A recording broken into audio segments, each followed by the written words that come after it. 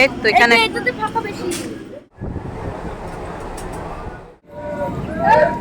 বাবা চললো।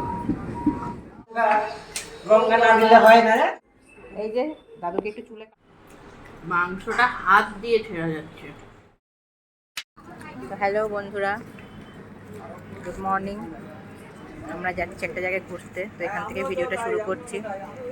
তাড়াহুড়ো করে বাড়ির থেকে শুরু করা হয়নি, তো চলো কোথায় যাই তোমরা আমাদের সাথে থেকো, দেখো। আর এই যে আমাদের অঙ্কুশ, চলো কোথায় যাই তোমাদের সাথে শেয়ার করব। কি খাচ্ছ ভাবি? এটা কুরকুরে, চিপস না। দেখি দেয়ার একটা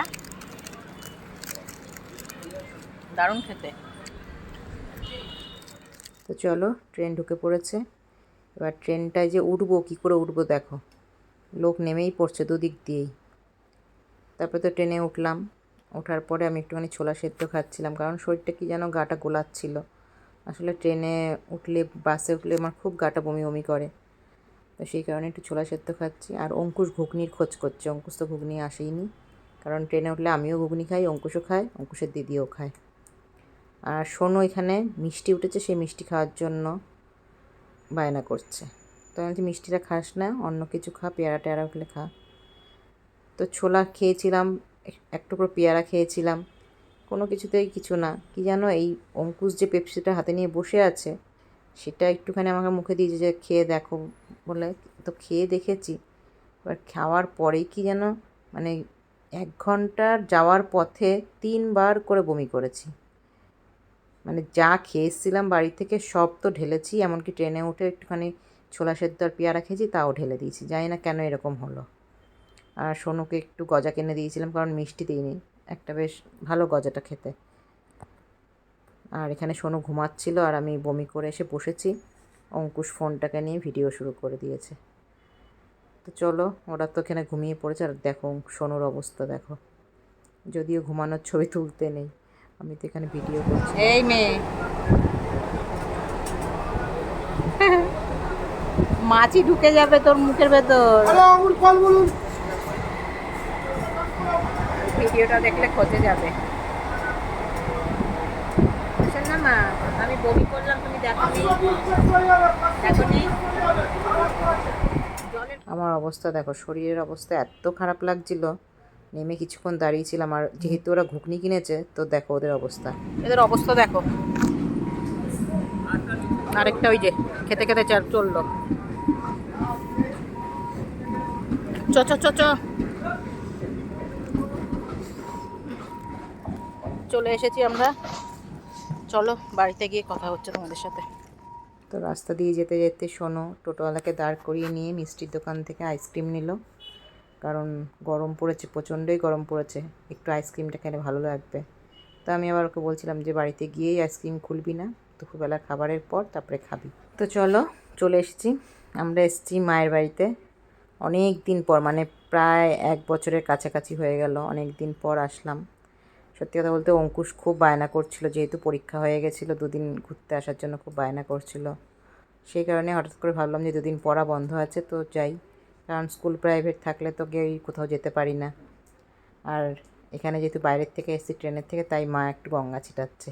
তো তোমরা অন্য কিছু ভেবো না, কারণ উনি বাইরের থেকে আসলে একটু গঙ্গা ছিটায়। মার জন্য একটু পনির আনা হয়েছে, আর এখানে একটুখানি মিষ্টি এনেছি, বেক সন্দেশ। না বেশ সন্দেশ তো, রসগোল্লা তো পাসনি। আমি এখানে বসেছিলাম, এখন দেখি মা কি করছে। ওমা, তুমি কি করছো? হ্যাঁ, এই যে দাদুকে একটু চুলে কালার করে দিই। তো এসছি যখন, বাবুর মাথার চুলটা একটু কালার করে দিচ্ছিলাম, কারণ অনেক দিন কালার করা হয়নি, সাদা হয়ে গেছে। আর বাবুকে চুলে কালার করে দিচ্ছি, আর বাবুর দেখো ঘুম পেয়ে আসছে। হ্যাঁ, ওই অনেকদিন দেওয়া হয় না, পুরো সাদা হয়ে গেছিল তো।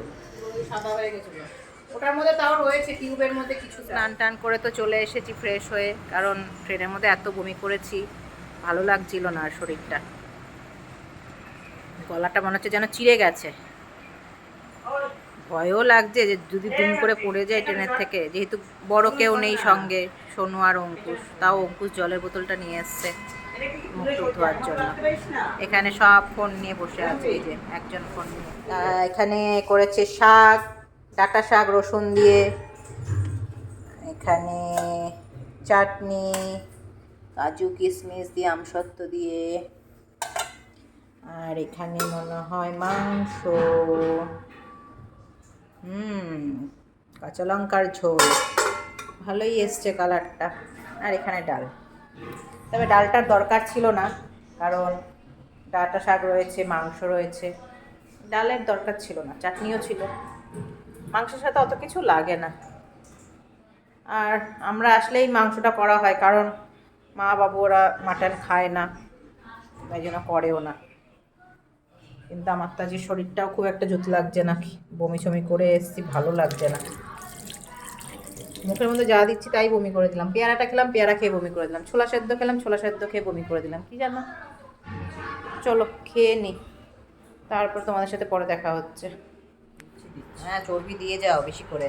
একদিকে না করছে ডাক্তার খেতে, আর একদিকে তুমি দিয়ে যাও চর্বি। মনে হয়েছে মাংসটা দেখো যে guys, মাংসটা হাত দিয়ে ছেড়ে যাচ্ছে। তোর দাঁত নেই তো, তাই তোর দিদু এমন ভাবে সেদ্ধ করেছে। আবার তুই বললি না 4-5টা সিটি মারবা, 4-5টা তোমাদের মাংস, এখানকার মাংস ভালো তো, সিটি মারতে হয় না, ছিল না। ওই হাতে করো যে, ওটাই ভালো হয়েছে। অবু কেমন হয়েছে? ভালো হয়েছে। ঝাল ছাড়া মাংস। 12খানাই বড় বড় লঙ্কা বেটে দিয়েছি, একদম মিথ্যে কথা বলবি না, সোমা দেখেছে নিজে। ঝাল ছাড়া কাঁচা লঙ্কার মানে ঝোল। আমি শুকনো লঙ্কা কোনোদিনই খাই না। না, বাবুর ঠিক আছে। কেন, কি খারাপ হয়েছে গো? আমার মাংস রান্নাটা ভালো হয় না মায়েরটা? বলো একটাই ভালো হয়, টেস্ট ছিল তো। মায়েরটাই ভালো হয় না? হ্যাঁ, মায়ের রান্নাটাই ভালো হয়, মায়ের ডালটা ভালো হয়, হ্যাঁ। তাই না? হ্যাঁ, মাম্পির ডালটা জল করে রেখে জল দেয়। দেবো তোমায়, শুকনো করে খাচ্ছ কেন জল? সোনা তো খুব ভালো খেয়েছে, সব থেকে বেটার রান্না হয়েছে আজকে, তাই না? বেটারই আমিও করি খাই। আমি। হ্যাঁ, তুমি তো রান্না ভালোই আমার করো। খাসির মাংসই করি, মুরগির মাংস করি, বাবু ভালোই খায়। ডিমের ঝোলটাও চর্বিটা ভালো খায়। খাই, খেয়ে খেয়ে মোটা হই, খেয়ে দিয়ে আমি এক ঘুম লাগাবো, আমার আর ভালো লাগছে না। আর আসলাম গরমের মধ্যে, এত শরীরটাও ভালো না। চলো ছাদে উঠেছি, দেখাই তোমাদের একটা জিনিস। দেখো কত আম হয়েছে গাছে। তারপরে দাঁড়াও, এদিকে দিয়ে দেখাই।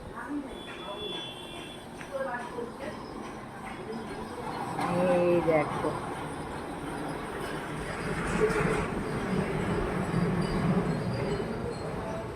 প্রচুর আম এসছে এবার।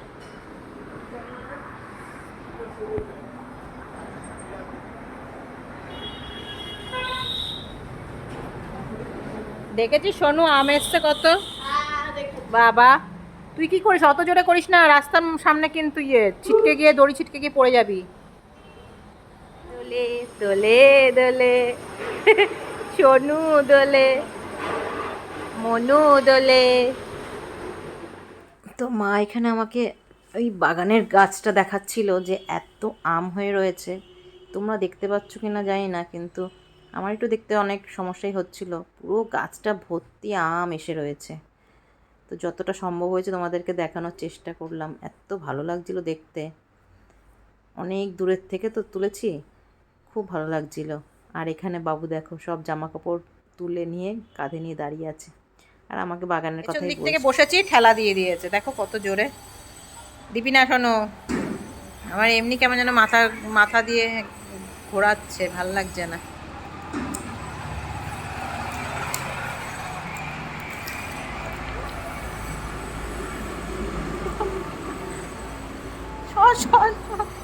পুরো গোল গোল ঘুরছি, গোল গোল ঘুরছি।